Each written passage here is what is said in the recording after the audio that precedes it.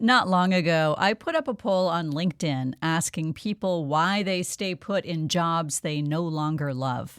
Almost half said it was because of financial risk.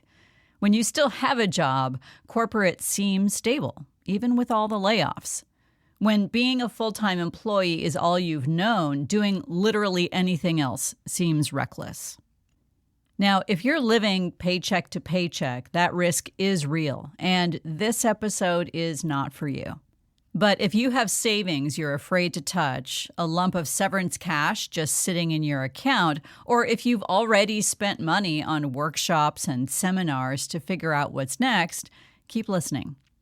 We're going to look directly at financial risk and how to calculate what you're actually dealing with.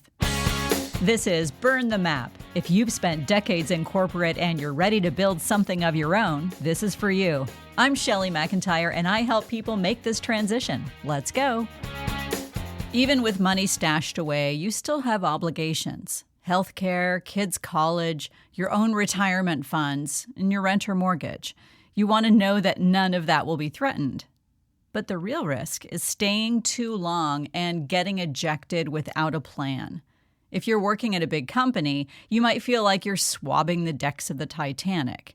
You see Amazon lay off 30,000 people in 4 months, and you know your company could be next. Removing layers and restructuring is built into this corporate capitalist system, even if the posters on the walls espouse very nice-sounding values. So it's time to look at the system clearly and make a plan before they force you out and cause you to scramble. Can I tell you how many courses I purchased and never completed? Several. It's so easy to spend money on things that feel safe. A weekend retreat that feels great but changes nothing. All the books. So you're already spending money on the idea of clarity. The question is whether you're spending it to figure out what you want or to avoid building it. Some of your financial fears are real. Some aren't. You need to know which is which. You'll have to get a handle on 3 numbers: what you spend every month, what healthcare will cost, and how long your cash will last. The first one is in your bank statements. The second one is on healthcare.gov. The third one is division. All of it could make you queasy, and do it anyway. Pull up your credit card statements and checking account direct payments from the last 6 months. Add them all up and divide by 6. That's what you actually spend, not what you think you spend. In the U.S., healthcare will cost you somewhere between $750 and $1,500 a month, depending on your state, coverage, and whether you have kids. If you've had corporate benefits for years, this number will make you want to crawl back to your desk at work. Look it up anyway. Know the cost of COBRA if you're eligible. Factor in your out-of-pocket expenses as well. The last number you need is the sum of all of your cash reserves in bank accounts and brokerage accounts. Once you have that, you can determine your runway. Your runway equals liquid assets divided by monthly spending. Your discoveries will inform what happens next. Here's what might happen when you run the numbers. You discover you have 8 months of runway, maybe 12.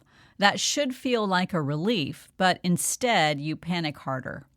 Because now you don't have the excuse anymore. The math says you could do this, which means the only thing stopping you is you.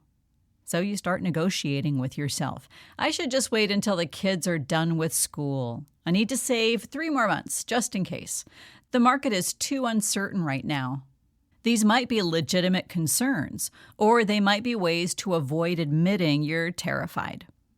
I'm not going to tell you which one is true for you, but I will say this. If you keep moving the goalposts on when you'll be ready, you're probably not actually waiting for more money. You're waiting for the fear to go away. It won't. You build the thing while afraid. Some paths need more time and capital than others. A short runway and in-demand skills might lead you to consulting or fractional roles. If you have a longer runway and specific ideas for a business, you can start planning for that. Or you can take a few months to deprogram from the corporate world. And if you have a decent amount of capital on hand, you might look into purchasing an existing business. For those of you still in corporate jobs and planning for life after, now is the perfect time to start small experiments. You have a steady paycheck and health benefits. Only by trying things and getting feedback will you know what actually works. One client proposed monthly lunches with former colleagues from 2 different companies. She had no agenda and no plan, but being in regular contact made her the first candidate for a consulting role with one of the colleagues. She hadn't even thought about consulting until people started asking. Another client started sharing designs from a side project he'd been working on for a year in secret. That turned into an offer to package and sell the idea, something he didn't think was in the cards. These experiments don't require money. They require your time and energy. The feedback you get from yourself and from others will tell you what to drop and what to keep pursuing. If you're anything like me, scarcity is a familiar state of anxiety. You worry that there won't be enough, that you don't deserve to invest in the next thing because you aren't pulling an income immediately, that you have to stop getting coffee from your favorite coffee shop. What's actually true is that starting to build something new while you're still employed gives you a safe lab for experimentation. Some people decide they'll only quit when they're so busy with outside activities and moonlighting gigs that they don't have time for their day jobs anymore. Others get unexpectedly laid off and pour themselves into the plan.